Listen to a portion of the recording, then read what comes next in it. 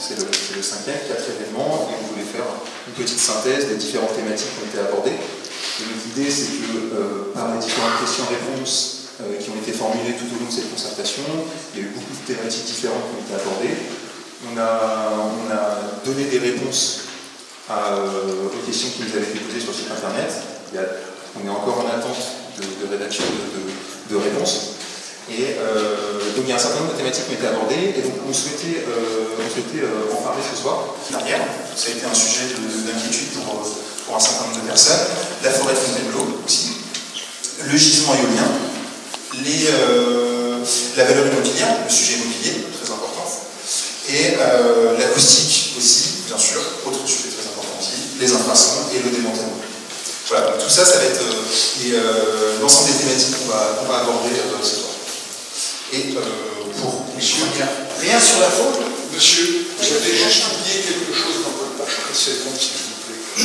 Oui. Vous avez oublié de mentionner que c'est une hérésie économique qu'on vous vend. Vous vendez du mégawattheure à 60 €, et aujourd'hui, il est négatif, il a moins 5 € et il est exporté. Ça, vous avez oublié de le dire. C'est bien de signaler ce genre d'oubli, et comme la réunion et la présentation ne sont pas terminées, ça sera lors du temps de questions-réponses qu'on pourra approfondir et ouvrir des nouveaux sujets ou rappeler des sujets. Mais on peut le dire d'ores et déjà, parce que c'est vrai. On va revenir sur les questions qui sont encore ouvertes. On voulait revenir sur le sujet de l'ENR. Qui est l'ENR? C'était une question qui est revenue de manière assez récurrente en lien avec la solidité énergétique, la solidité financière de l'ENR. Renewable Power 3 est domicilié. Soyons précis, vous êtes quelqu'un de compétent avec un gros poste, soyons précis. Le fonds est domicilié au Luxembourg, donc au Grand-Duché. Non, attention, est-ce que vous en êtes sûr? Le fonds est basé sur Luxembourg et Renner Énergie est basé en Belgique. Et le fonds, tu dis que le fonds est domicilié. Est-ce que vous pouvez répéter votre mensonge? Oui, le fonds est domicilié au Luxembourg, il est établi au Luxembourg. C'est un fonds mondial avec des parts dans plusieurs pays. Il y a une part luxembourgeoise accessible pour les investisseurs européens, le fonds, il y a une part luxembourgeoise, il y a une part caïmanaise pour les investisseurs étrangers. Le fonds n'est pas domicilié, soyons précis, et cela montre votre incompétence. Le fonds n'est pas domicilié, c'est la structure. Quand on parle de domiciliation du fonds, c'est là où le fonds est domicilié d'un point de vue juridique. Donc, vous avez redit et re-redit qu'il est au Luxembourg. Je vous dis, c'est une erreur et c'est une incompétence. Donc, le fonds, on prouvera le contraire, est au Luxembourg et inclut des actionnaires qui sont eux mondiaux. Et donc, ici, ce qu'on a repris, ce sont les actionnaires qui sont dispatchés, qui sont répartis dans le monde. Donc, au niveau européen, on a 45% d'actionnaires européens au sens Union européenne et on a 21% qui se trouvent au Royaume-Uni. Et puis, on a des actionnaires en Amérique du Nord, en Asie. Ça, c'est des actionnaires du fonds GRP3. Le fonds GRP3 est 100% actionnaire de Renner Énergie du groupe. Dans combien de temps les investisseurs demandent l'argent? Vous savez que c'est un fonds qui a 10 ans de vie, qui a été lancé il y a longtemps, qui est à la fois aujourd'hui, il est impacté par 2 scandales qui sont publics. Il y a bien évidemment, donc il y a Northvolt et un autre scandale, donc il y a eu 2 faillites déjà. Et donc vous savez très bien que les investisseurs ne sont pas du tout contents aujourd'hui et que bien évidemment BlackRock n'a jamais remis un seul centime dans ces structures. Donc, dans combien de temps, est-ce que vous avez dans combien de temps les investisseurs doivent être remboursés de leur argent? Donc, le fonds GRP3 est un fonds qui investit dans les énergies renouvelables. À ce titre, ils ont investi dans des dizaines de sociétés. Tout à fait. Renner en est une parmi d'autres. Au sein du fonds, donc Renner a une enveloppe de 450 millions de dollars dédiée à Renner pour développer l'activité, ce qu'on fait depuis 2020. Au sein du fonds GRP3, il y a des structures autres que Renner. Et là, vous parlez de Northvolt, c'est un désastre économique européen. C'est un malheur, j'espère qu'on ne s'en réjouit pas ici, puisque c'était une des seules sociétés actives dans la production de batteries qui a fait faillite. L'actionnaire GNP3 a fait confiance en investissant, et je pense que c'est venu un peu tard, c'est venu peut-être en 2022-2023, ils ont investi dans Northvolt pour remettre le pied à l'étrier, et effectivement, la structure n'a pas pu aboutir et a fait faillite. Une deuxième faillite. Et une deuxième faillite. Et il y en a eu en Australie sur un développeur solaire, à ma connaissance. Donc ce sont les deux sur des dizaines, donc ça représente un petit pourcentage.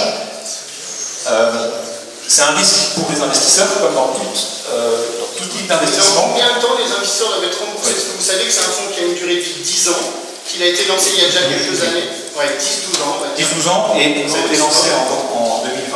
Ça veut dire que l'objectif maximum, c'est 5 ans, ils retirent l'argent de Rhénère Énergie. On est d'accord. Dans 5 ans, il n'y a plus d'argent. Probablement que notre actionnaire actuel va chercher à trouver un Est-ce que vous avez vu que BlackRock, du fait de l'élection de Trump, a renoncé à toutes ses obligations pour le climat? Il est sorti de toutes les associations. Il renonce à faire tout ce qu'il s'était engagé à faire en tant que premier gérant mondial. Il est revenu sur toutes ses déclarations. Donc ça veut dire qu'on a aujourd'hui à la tête de cette structure, qui est fragile, un investisseur qui doit rembourser ses clients dans 5 ou 6 ans, et qui a une chose en tête aujourd'hui, c'est surtout de plus s'impliquer dans aucun de ces types de projets, qui effectivement, comme vous le savez avec Trump, sont contraires à la nouvelle idéologie américaine. Oui, enfin, je peux dire oui, et en même temps ça me dépasse. C'est-à-dire que c'est des décisions qui sont... Mais ça ne me dépasse pas parce que c'est votre actionnaire. Non, monsieur, oui, on prend vos questions, par contre, il faut vraiment écouter les réponses, et ensuite on vous donne la parole. On va fonctionner thématique par thématique. Dans tout ce qui est environnemental, tout ce qui est social, tout. Non, ça vient d'ailleurs. Enfin, BlackRock est revenu sur ses engagements, c'est fait. Hein. C'est pas une réflexion.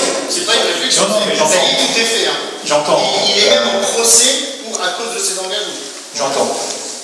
En même temps, aujourd'hui, c'est notre situation, je ne peux pas le changer. Donc notre actionnaire a ses problématiques à régler en tant qu'actionnaire. Nous avons aujourd'hui, nous, Rhénère Énergie, l'ambition c'est de développer des projets d'énergie renouvelable.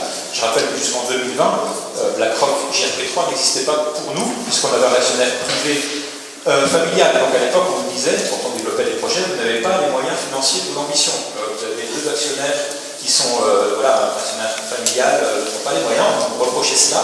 Aujourd'hui, on a les moyens, on nous reproche. Vous avez les moyens, l'argent qu'ils ont mis chez vous, ils ne peuvent pas en rajouter.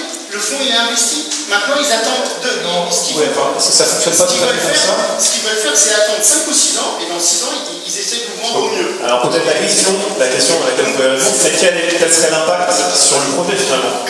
Oui. Donc, effectivement, si, admettons, la France décide à un moment de se retirer, ce qui est tout à fait possible. C'est ce qu'il faut. Vous savez que c'est le jeu. À un moment, ils vont se retirer. Donc la question c'est comment est-ce qu'on gère derrière le projet. Et ça, je passe alors sur le slide suivant qui revient à expliquer aussi ce qui... J'ai une question. Qu'est-ce que BlackRock, qui est impliqué là-dedans, attend comme rentabilité du capital qu'il va injecter? Oui. Donc on a répondu également, donc l'ordre de grandeur pour des projets renouvelables, BlackRock y compris, c'est avoir une rentabilité au niveau du projet de l'ordre de 8%. 8%? Oui. Donc, ça... Alors, deuxième question, si vous me permettez. Sur ce thème. Si d'aventure, par des miracles, le prix du mégawattheure qui vous est acheté passe de 60 € à 30, comme c'est le cas au Canada, qu'est-ce que vous faites? Je vais répondre d'abord à monsieur, parce que sinon je vais aller. Il y avait une question. Oui, monsieur, on va répondre aux questions les unes après les autres. Voilà, c'est quelqu'un qui nous est remonté de la première réunion.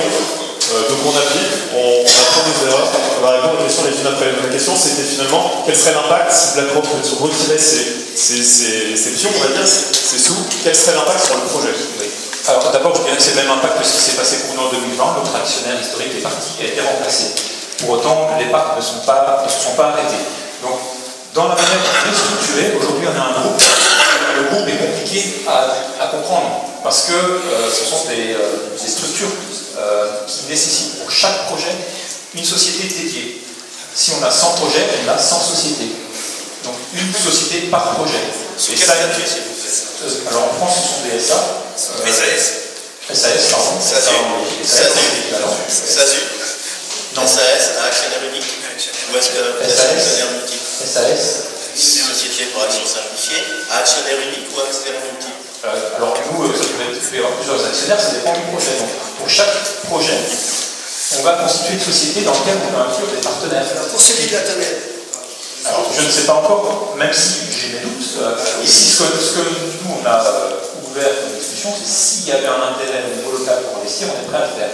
Donc ça, c'est de l'actionnariat qui rentre dans la société de projet. Ma question, elle est simple, s'il vous plaît. Elle traite de ce sujet. La question, elle est simple. La responsabilité juridique d'une entreprise s'arrête à ce qu'a mis son actionnaire dedans, et son actionnaire de premier niveau.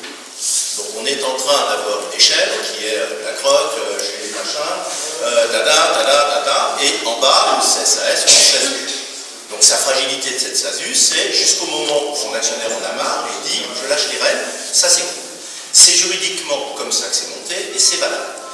L'une des questions qui est quand même intéressante dans votre volonté d'avancer sur ce projet, malgré l'ensemble de l'adversité que vous avez perçue depuis plusieurs années, mais aujourd'hui encore. On a très bien compris, et monsieur tout à l'heure a expliqué la position de BlackRock et du fonds, on a très bien compris ce rapport. Maintenant, la question, quel est le rapport entre les gens qui ont libéré 150 millions pour Rener Energy et vous? Vous êtes des cadres d'une entreprise. Le rôle des cadres d'une entreprise, c'est d'entrer dans le tuyau des projets de manière à justifier auprès des banquiers et auprès de ses actionnaires le fait que, voyez, on est en train de travailler. Or, ici, vous êtes en train d'entrer dans le tuyau un projet qui est unanimement contesté. Personne n'en veut. Les élus, le département, les communes, les gens, etc., qui est, somme toute, mal ficelé, sur lequel, dès le premier slide que vous avez affiché tout à l'heure sur le calendrier, pardonnez-moi, mais vous dites des choses qui sont des inexactitudes en termes de calendrier. Par exemple, je n'ai pas vu le comité de projet là-dedans, et j'ai vu une concertation, une instruction, une enquête publique à 1 an après le dépôt. Non, c'est automatiquement, quasiment très vite derrière. Donc, votre premier slide n'était pas juste. Et, quelque part, vous êtes en train de nous expliquer que tous les problèmes que subissent tous les gens qui sont dans cette salle sont liés au fait que vous avez besoin de justifier à votre actionnaire le fait que vous mettez des projets dans le tuyau. Parce que sinon, vous auriez déjà payé ça. Et d'autre part, pardonnez-moi, je voudrais finir là-dessus, et d'autre part, dans cette justification, vous invoquez un projet dont vous dites on n'a fait que l'état initial, mais on est prêt à, dans la concertation. La réalité, quand on regarde très attentivement, et cela vous a été dit dans les contributions des personnes, quand on regarde très attentivement le travail qui vous a été fourni sur les données que vous avez données, ben, vous l'avez dit vous-même, on a fait des photomontages supplémentaires. Supplémentaires de quoi? Supplémentaires d'une étude d'impact qui existe en réalité. Mais non, c'est supplémentaire. Donc, s'il vous plaît, on peut discuter sans s'étendre sur la nature de vos objectifs. Vous pouvez essayer de nous les habiller. On a tous compris dans la salle que vous aviez besoin d'entrer des trucs dans le tuyau pour justifier votre poste auprès de vos patrons. C'est tout ça. Le reste, c'est l'administrateur. Le reste, c'est que de l'administrateur. Merci, monsieur. Monsieur Durand, pour répondre à ces questions, on continuera pas mal. Oui, alors donc, je reviens sur le projet. Et ce qui est important de comprendre, c'est que le financement des projets, c'est juste que vous dites, mais à une petite subtilité près, c'est que dans le cadre du financement du projet, on parle de financement sans recours. Donc c'est un terme en lien avec le financement de projet. Le terme financement sans recours, ça veut dire que le projet en tant que tel, qui va être logé dans une société ici, doit être autoportant. C'est-à-dire que si Rener Group a injecté des capitaux et que Rener Group est en difficulté, on ne peut pas aller dans la société de projet chercher les capitaux. C'est pas possible. Les capitaux sont bloqués dans la structure. Et ça, c'est en lien notamment... Je suis d'accord, mais c'est pas comme ça que ça se passe. La société qui est au-dessus devient prestataire de service de la société qui est en dessous et pompe en termes de service. Tous les projets fonctionnent comme ça. En France, c'est clair. Ce sont des SAS qui sont en pile, etc. Donc, essayez pas de en gestion, excusez-moi, on connaît ces choses-là. Bon, on peut passer à autre chose. Monsieur, non, peut-être que tout le monde dans la salle n'a pas un doctorat en gestion comme vous. Je pense qu'il m'écoute juste moi. On vous propose de laisser, on vous a laissé la parole jusqu'au jusqu'au bout. Donc on va laisser M. Durand répondre à ces questions et ensuite on va passer aux questions de monsieur sur la rentabilité par rapport au coût de l'énergie. Comment vous pouvez vous projeter sur 20-25 ans alors que les Allemands admettent qu'ils se sont plantés lamentablement? La ministre de l'économie allemande a été obligée de dire qu'ils allaient ouvrir 40 centrales d'ici à 2030 au gaz pour compenser les 40 gigawatts. Alors, ça va vous donner Ça fait partie en fait de l'étude de danger. C'est vrai que c'est important. L'étude de danger, elle va venir un peu plus tard dans le projet. Non. Mais par les temps qui courent, à la place des jardins, il y a des tours qui montent sans fin. Des tours qui gardent pour elles le soleil de nos matins. Il y a des tours qui montent sans fin. Des tours qui gardent pour elles le soleil de nos matins.